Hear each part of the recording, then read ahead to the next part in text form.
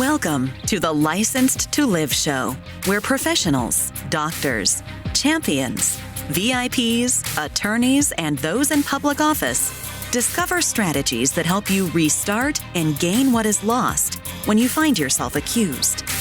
If another has doubted your integrity, questioned your credentials, or caused your actions to come under scrutiny, you are in the right place. On the other hand, if you have never felt the knot in the pit of your stomach when legal papers are served, the heartbreak of disappointing your family when the lock clicks shut on handcuffs, or had to appear before a board of review, then be aware, the longer you serve, the more likely you are to find yourself under the microscope of those who judge. Prepare yourself for this uncomfortable possibility. Now, here's your host, Dr. Jarrett Patton. Welcome to episode 168 of Licensed to Live.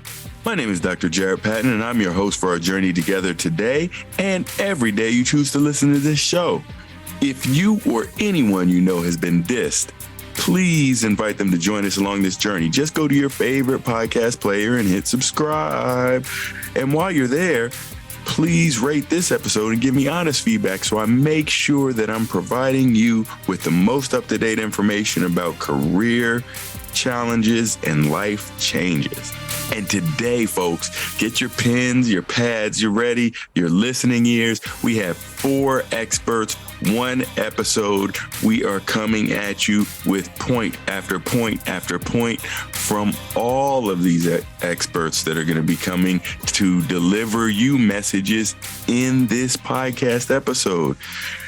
So get settled in, hang in tight, and we will be back with our first expert right after we finish thanking our sponsors.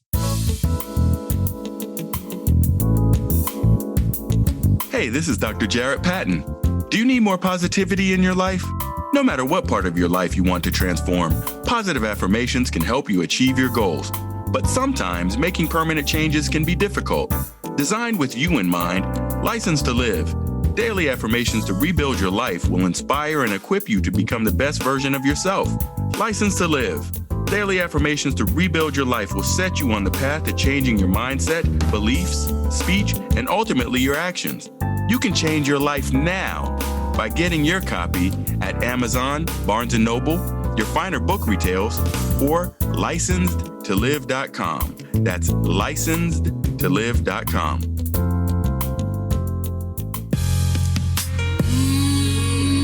Something smells good. EH3 coffee. EH3 coffee. Premium organic. Nothing better than waking up. EH3 in your cup. Premium organic. EH3 coffee. Nothing better than in the middle of your day. EH3 coffee. Premium organic. EH3 coffee. The time is now to refresh your career. We help doctors, lawyers, executives, and VIPs refresh and restart. Dr. Jarrett's coaching helps you build confidence, gain more credibility, develop more leadership skills, and gain clarity in your career path. Want to climb the executive ladder or branch out on your own? We'll put your career in overdrive. Visit drjarrett.com and sign up for your free strategy session. Hey guys, this is Janae Noonan, and I'm here with Dr. Jarrett on Licensed to Live. Hit the subscribe, follow the journey. Let's go. Yeah, folks, keep it rolling. I want you to join me in a strategy session. I have met so many people since Licensed to Live, the conference 2023, and am continuing that momentum going into this last quarter of the year. So make sure that you check out a free strategy session with me before it's too late. So this episode is another episode in which we were interviewing some of our guests on the Licensed to Live stage right after they're coming off the stage and giving us their input on a wide variety of topics. And all of these things will change, well, maybe the way you think about healthcare, leadership, maybe health equity, but it will also change your mind about your own career, because if you're listening very closely to what they're saying, you will hear how a spark of passion somewhere in their life had led them on the career journey in which they were today, that led them all the way up to speaking on the License to Live, the conference 2023 stage back in mid-July. So our first expert is Dr. Bonzo Reddick, who is the district health director for the Coastal Health District in Georgia, and is located in Savannah, Georgia. When he's born and raised, he trained at Morehouse and the University of North Carolina at Chapel Hill, and has gone on to win many teaching awards over his time as an academician at Mercer. But now he works with the state of Georgia as one of the district health directors, and he was giving us a lecture about health equity and a lot of public health topics. So we will try to catch him coming right off the stage. Hey, Dr. Bonzo, you have a new book that is coming out called Health Equity, a guide for clinicians, medical educators, and healthcare organizations. So what are some things that have kind of helped you out as you're coming along in this field of health equity? You've built up some time really learning this specialty, which led you to write this book. Tell me, what are the themes of this book? So these are the different themes that kind of came out that I've spoken about over time. That again, early days, it was a lot of controversy and a lot of arguments. But from 2020 on, using that health equity lens, there's been a lot more positive reception. People all over the country have asked me to come speak to them, from California to New York to Florida. And the themes are unconscious bias or implicit bias, explicit bias and racism, race-based medicine, which I just presented a snippet of to you, sexism in medicine, sexual and gender minorities or LGBTQ patients, religious intolerance in medicine, cultural humility and cultural competence, social determinants of health, homelessness, health inequities that affect disabled and differently abled people, patients diagnosed with so-called morbid obesity, and also rural health disparities in people who use drugs / harm reduction. So the example I gave you, race-based medicine, that example I gave you, like the differences between Asian people who have gastric cancer, or the being Black is more dangerous than smoking, those are just two little snippets from that third theme that you see. So as you can see, this is massive, kind of the thoughts of health equity. And it turns out this is not even all of it. This is the tip of the iceberg. Wow, great.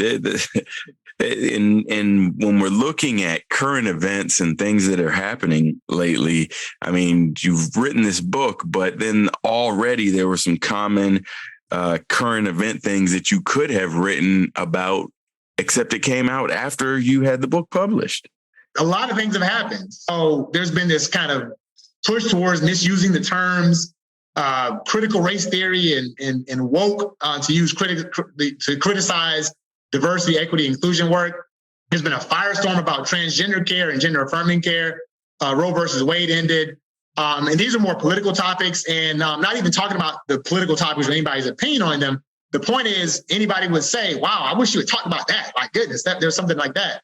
But like literally when I finished kind of my final edits of the book and kind of the final proofreads about a month or two ago, even if I had said, stop to my publisher, stop, I'm going to add these 3 topics and kind of say what I think about them and whether or not they have an effect on equity. Let's say I did that. I still would have missed another topic. The Supreme Court's decision in affirmative action a week or two ago, right?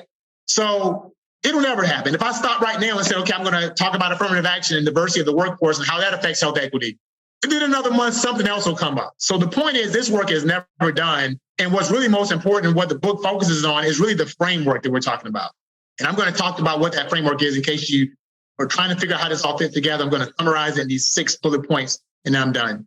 Number 1 is, again, it's often not visible, but there are always major next steps lurking when it comes to health equity. Again, I talked about the 12 things I talked about in my book. There's way, way more, of course. You will never have a textbook that will talk about every single possible health equity topic. Any of my chapters in the health equity could have been a book on their own. So there's always something else that's lurking, right? Think about this as a marathon and, not a sprint. For me, it was over 15 years, right? I talked about first going to grad school, 2005, 2006, meeting Dr. Graves, spending a few years really kind of coming to my own and study this so I could really buy into it and understand it. speaking locally at my school, getting abstract accepted to national conferences, diversity dean, struggling to get that message across my own institution, then on to a national health equity team, getting rejected there, fighting back kind of when the momentum was right with in 2020, going around giving that same talk I've been giving, perfecting it, kind of adjusting it, working on it, tweaking my message, finding out what worked, what didn't work. And then finally, it's an accepted message. Not only that, it's widespread now. That's kind of considered the standard of care now. Again, you might have to adjust your message, learn from your mistakes along the way. I found out that people do not love being preached to, right? So that's why I found it kind of being a little lighthearted, sometimes being self-deprecating habits. In my book, each chapter starts out with me giving examples about how I've made mistakes that contribute to inequities. Me, Dr. Bonzo, personally, in my medical practice, or either in my daily life. And so by doing that, it makes it clear that I'm not being judgmental, right? That's one thing I learned. So when I start with those kind of things, or make it a little lighthearted, or come with the being Black is more dangerous than smoking, people are a lot more receptive of it. The journey to achieve health equity never ends. Think about my example I started out with. If you looked at 1870 in that year and said that everything's over, we look back on that now and say that would have been ridiculous, right? But there were some major accomplishments that happened. Likewise, there's a lot of things that have happened now. The race-based equation we use for kidney function has been replaced, right? There's a lot of great things that have happened, but it's not ended yet. We got to keep going. There's a lot of things we're going to look back on the same way we look at 1870. Somebody in the year 2100 is going to look back at 2023 and say, I can't believe they were doing blank. At the same time, when you think about that, that can be kind of fatiguing when you think, this never ends. I'm never going to have to stop fighting for this. Think about mentorship and collaboration as ways to avoid fatigue, right? There's so many themes that we have to address. You can't do it all by yourself, right? So there's some young mentor, right? It could be somebody with one of the themes of my book that says, you talk about religious intolerance. You talk about how a lot of times it's tied to racism or xenophobia for people from other countries. I'm an expert in refugee health. Can you help me write something on this, right? Those kind of things are ways where you don't have to necessarily shoulder the load for every single new thing that pops up. You can mentor people along the way where they can get a chance to do that work and shine. Just last year, I had a junior faculty member in my department, when I was the chair of my department, who wanted to write an article about health disparities in prenatal care. And at the time, I was providing all the prenatal care for the FQHC that I was working for. And so he asked me to write a paper with him. And I was like, I'm just so busy, man. I just can't right now. And he kind of came back in and said, please, could you just at least read my paper and see what you think? I read his paper and found essentially the data that he had was so impressive, and it hadn't quite clicked, I think, for him yet. But it was essentially making a strong case for rapid identification of people who are pregnant and linking them to care and getting them enrolled in Medicaid immediately. In our state, 60% of our maternal deaths happen in Medicaid populations, and a lot of it's tied to people not having access to Medicaid, taking too long to get enrolled. By the time they are enrolled and seek prenatal care, they've missed opportunities to do things that could be life-saving. And so I actually got so excited reading his data and kind of his initial draft of some of his paper. I got excited, and sure enough, just started writing like crazy. Like, oh yeah, we got to mention this, mention that. And it turns out that now in my current position, talking to our state commissioner, she actually is trying to lobby now to get more access to that same day Medicaid enrollment, and actually has asked me to speak at our state meeting in about a week and a half to actually talk about this and talk about the study that happened with my paper. That never happens without my junior faculty member pushing me to come help write this paper, right? So, and again, would I have written that paper by myself? Absolutely not. I was just too busy for it. But collaborating with somebody, I can spend some time to do that. And I helped him, right? I was a valuable contributor to his paper, hopefully. And he gets help because he has somebody else to help him write it and give that kind of practicing physician who's doing prenatal care that perspective. And so doing that, then it helps him. It helps his career. He has another publication. Also helps me, and also helps hopefully the people of the state of Georgia. Last but not least, use that health equity lens for everything, right? Increase your chances of success. If I go to this meeting in a week and a half and say, I'm here to talk about Medicaid expansion, I'm going to get run about the room quickly, right? I'm in the South, y'all. But I'm going to go through and say, hey, we've been making this comprehensive plan to address maternal mortality. This is another way we can do it. We've already extended postpartum Medicaid from 6 weeks to 6 months to 12 months over the last 2 years. This is another way I think we need to do it in terms of getting people immediately enrolled. Let me tell you about the evidence that I have that shows that this can actually decrease preterm labor. I wrote an article about it, right? Gives me credibility, thanks to that mentorship that I talked about just now. Hey, he wrote an article about this. He's really studied this. So I think the meeting's going to go well. Hopefully I don't jinx myself, right? But keep using that health equity lens. That's absolutely how I'm going to approach it. How did you get interested in this subject matter in the first place? Yeah, so for me, it really started from grad school. It wasn't just that conversation with Dr. Graves. The coursework that I started taking, that kind of health disparities track, really was a comprehensive health disparities track. So it didn't just talk about racial and ethnic minority disparities. It talked about sexual and gender minorities, refugee populations, women's health disparities, rural populations, urban populations. It was really everything. And it really focused on that health equity lens. That was the kind of first time I heard that kind of concept. We called it health disparities back then more, but we kind of started focusing on the word equity, because it's not just getting rid of differences, it's really getting rid of those unfair differences and giving people the best opportunities to really achieve optimal health. So from there, everything I saw just is what had happened. Like when I'm doing prenatal care and, somebody says, hey, we got this teen pregnancy clinic we want to work on. Will you come and provide care for it? Yeah, sure, I'll do it. But as I'm doing it, I'm doing things like, hey, what about breastfeeding? What about contraception? What about this? So it really became just a holistic approach to everything in medicine. And so it just snowballed from there. The more I got involved in projects, it just went from there. Started working on an HIV project, and people were like, hey, we should also look at prevention of HIV, not just diagnosis and treatment. So we started 2 different PrEP clinics in my town. So it just kind of snowballed from there. So. Excellent. And I think you've done a great job, because now you're taking that knowledge and you're spreading it to others, as you say, all across the country, which is fantastic. Now, another interesting piece of your journey, I think, is really having a long-standing academic appointment, which you still have, but you were actually working for Mercer at the time. And now you've recently switched over to the Department of Public Health. How did you navigate that change? Because I'm sure you could have stayed at Mercer till you were like 75. Yeah. So it was interesting, because the thing is, with that health equity lens approach, not to just your work, but also to just your career path, helps a lot. Because for me, again, it's always like, okay, what's needed? What's the big need in my community right now? And and COVID again hit, and that was right around the time I was actually stopping doing some of my inpatient medicine. I stopped delivering babies at that time.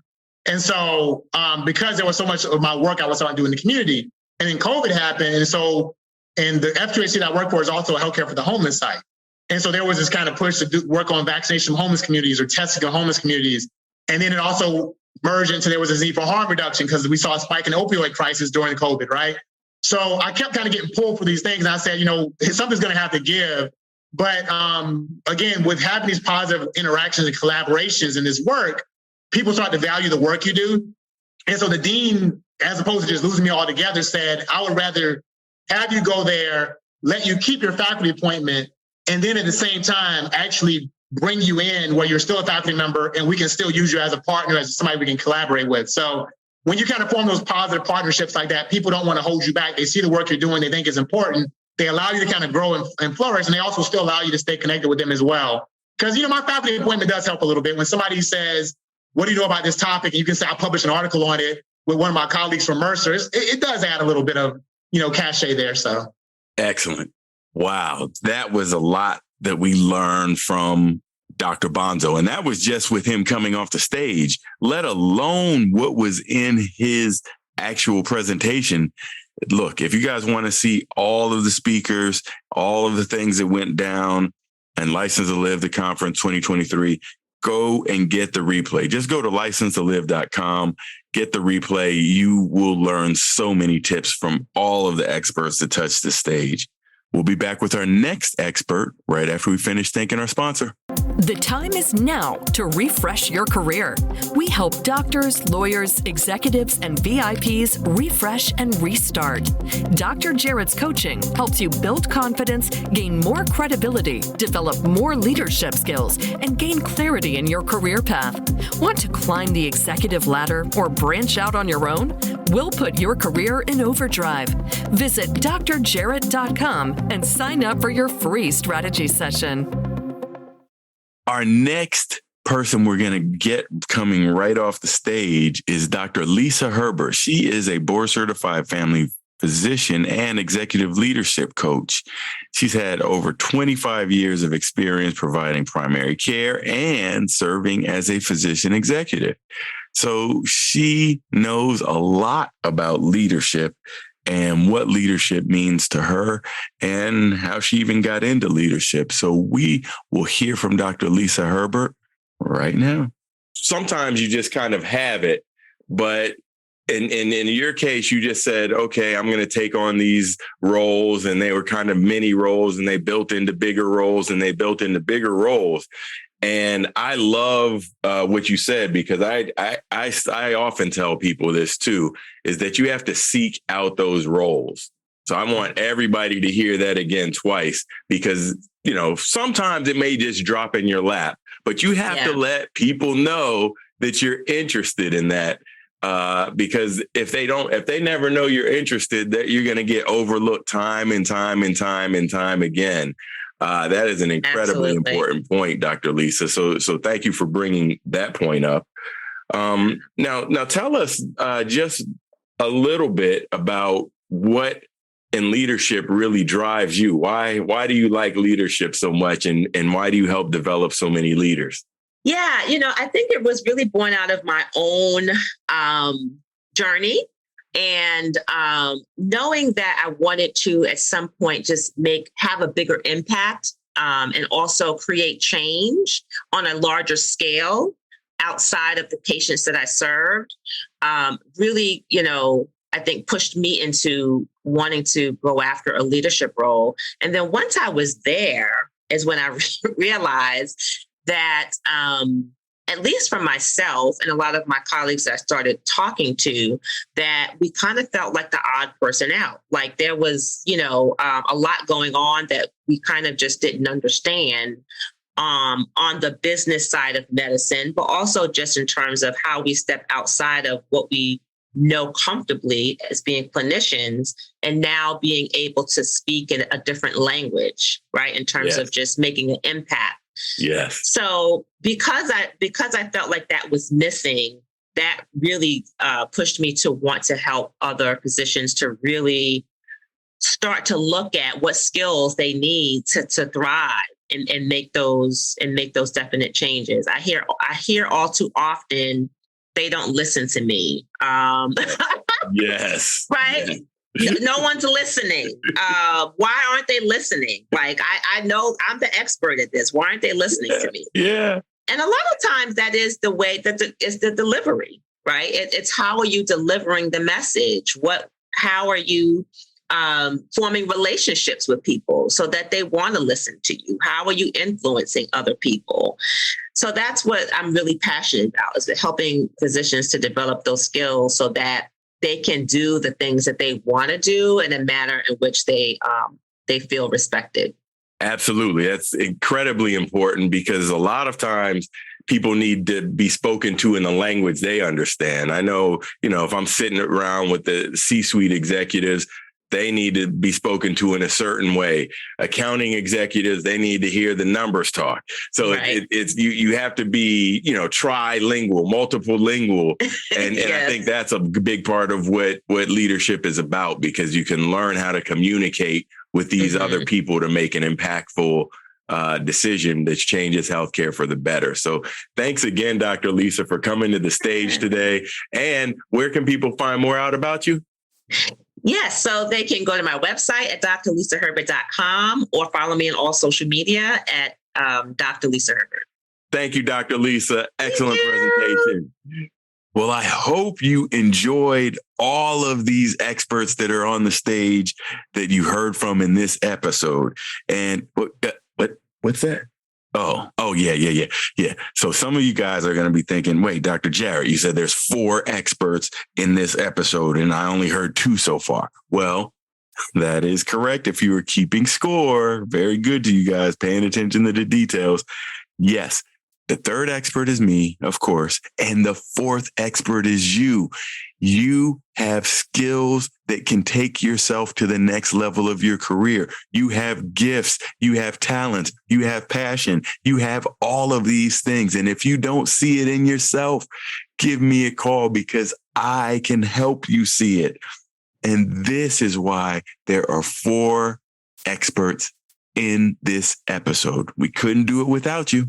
Remember, fire starters, if you or anyone you know has been dissed, please invite them to join us along this journey. Simply go to your favorite podcast player and hit subscribe to License to Live. And while you're there, please rate this episode and give me honest feedback so I make sure I'm giving you the best show possible. And in between episodes, if you're not checking out the replay. It's only $97 at licensetolive.com. You will actually be seeing me on LinkedIn. That's where I hang out in between episodes. So follow me on all social media at Dr. Jarrett. Spell out the word Dr. J-A, 2 R's, E, 1 T, and we will see you next time.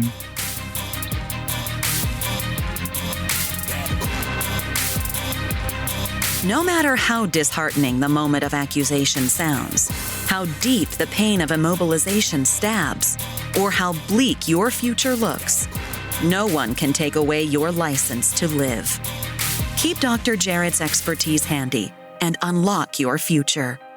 Go to Apple Podcasts, Google Podcasts, or another podcast player and subscribe right now to Licensed to Live. See you next time.